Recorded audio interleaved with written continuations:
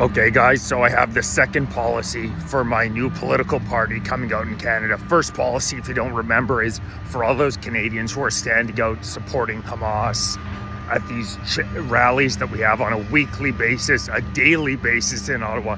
These hate fests that have taken over our streets, police escorts for 2 years.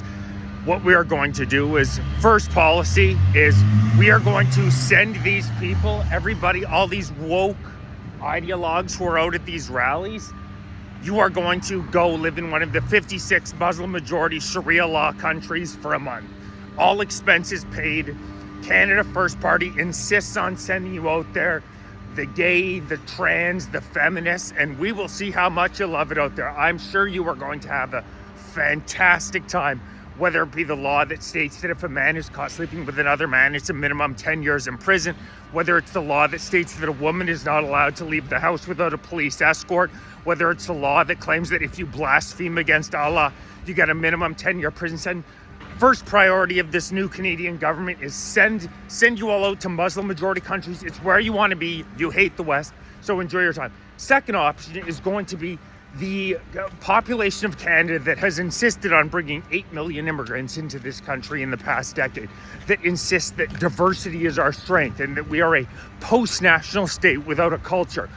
Your tax dollars are directly going to go. You get to pay an extra tax that those of us who have said that immigration has been majorly damaging to our economy, to our healthcare system, to our culture.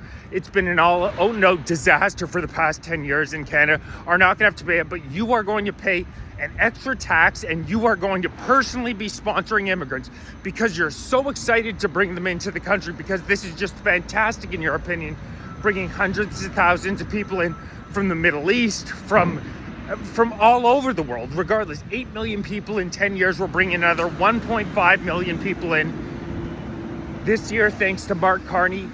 What you can do is like the Rainbow Refugee Program that we already have in Canada, where LGBTQ members of the community get all expenses paid first year in Canada, which sounds pretty damn good to me. We have a record over 2 million Canadians using food banks, but if you're an LGBT refugee, you get your first year fully paid for. You will be housing, feeding, clothing immigrants arriving from Afghanistan, from India, and this is fantastic because you are such a virtuous set of Canadians who just want what's best for the whole world, and you know what's best for this country. We are a post-national state. It's ridiculous to claim that those of us who have ancestors who fought World War I, World War II should be put first, that our government should prioritize the Canadian people. You personally will be allowed to individually sponsor and pay for immigrants coming in, because those of us who don't support these policies are pretty goddamn sick of tax dollars going to pay $283 for new immigrants entering the country, which is exactly what they get. That's a hell of a lot more than a lot of Canadians are making. GDP per capita has fallen 6 quarters in a row. GDP fell 1.6%, and there's study after study after study. I can link a couple studies. Immigration, clearly, there's a major consensus among economists. It has been a disaster for the Canadian economy. And you look at our economy, you look at our healthcare system, where an estimated 70,000 excess Canadians die a year. It's undoubtedly been a disaster from pure economic social services perspective, not to speak of the cultural impact. So you personally will be sponsoring, because there's a large percentage of Canadians, there's tens of millions of Canadians that do not want their tax dollars going to pay for immigrants. They think that they should actually support services that Canadians who have been here for generations use.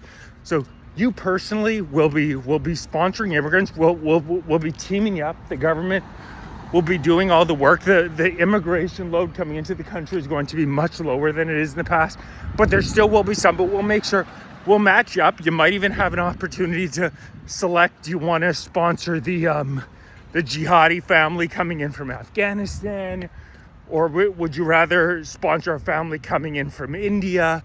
You can figure that out. We can figure it all out. But you can house them, you can clothe them, you can whatever it is you want to do. You can learn their fantastic. Maybe you can start wearing a veil where you can barely see your face. You can learn how to roll a fake body bag on the street. It'll be a cultural mosaic, just exactly what you want in this country. You can learn about You can learn about an illiterate warlord who in Arabia was given the final commandments. And perhaps they live in a country where if you say anything out of disbelief about Islam, which actually translates to surrender, you get killed. So I'm sure that'll be very enjoyable for you.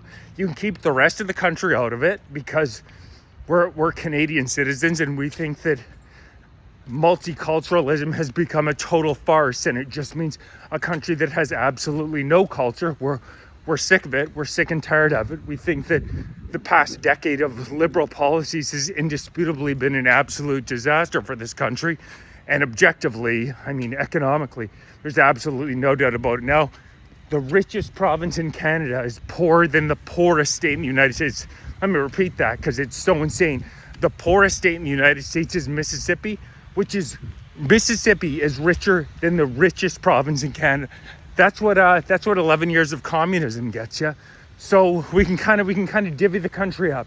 The Canadians, the more traditional Canadians who think that this is an invasion of our country, that immigration without assimilation is invasion, which is exactly what we're saying. We can live our lives unobstructed by this mass immigration, and you can feel good about what you're doing. You're a good person. You can pay your extra tax dollars. You can house, you can feed these people because the rest of us are getting really sick of it. And we'll kind of, no need for a civil war. We'll just kind of really be differentiating the country into the woke good people and the rest of us, because I can tell you from a conservative Canadian's vantage point that we're really getting sick of it. So that's this second plank of my platform. Stay tuned for more coming out. Very, very exciting stuff. And hopefully we're going to get an election soon. Stay on your MPs. We need a vote of no confidence and more information. There are going to be more pieces of the platform coming out. Please like, share, subscribe, join, become a member if you'd like to support the channel. If you're watching on TikTok, make sure you're following on YouTube, youtube.com/@FightForCanada2025. Grab some gear, helps get the word out, and it's really cool stuff.